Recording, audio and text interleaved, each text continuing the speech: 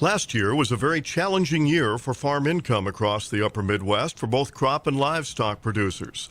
Record yields certainly saved the day for many, according to Dale Nordquist of the University of Minnesota. He says their research shows the size of the farm made little difference in profitability, and how producers controlled their input cost did make a big difference. One of the phenomena we've seen is that there's a lot of large farms out there that have made a lot of money in the last year, and there's a lot of large farms that have lost a lot of money in the last few years. And so trying to figure out what the difference is, and it all looks like it's in, especially last year, it looks like it was all in cost control.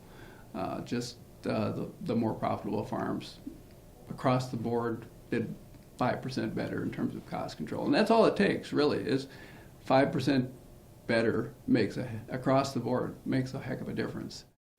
Nordquist says that 2015 income in Minnesota was down for livestock producers, but up slightly for crop farmers because of the size of the crop. For our Minnesota farmers, incomes were down about 37% at about a median of $26,000 last year.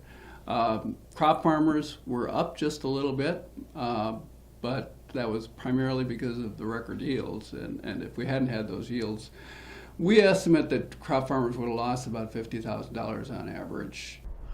One thing about farming, prices go up and down, and the size of the crop varies from one year to the next. After a decade of some of the best prices we've seen in history, farmers are facing challenges right now. They've had to look at their input cost. And as we've heard, the size of the farm is not making the big difference now. It's how efficient that farming operation is. This is Lynn Ketelsen reporting.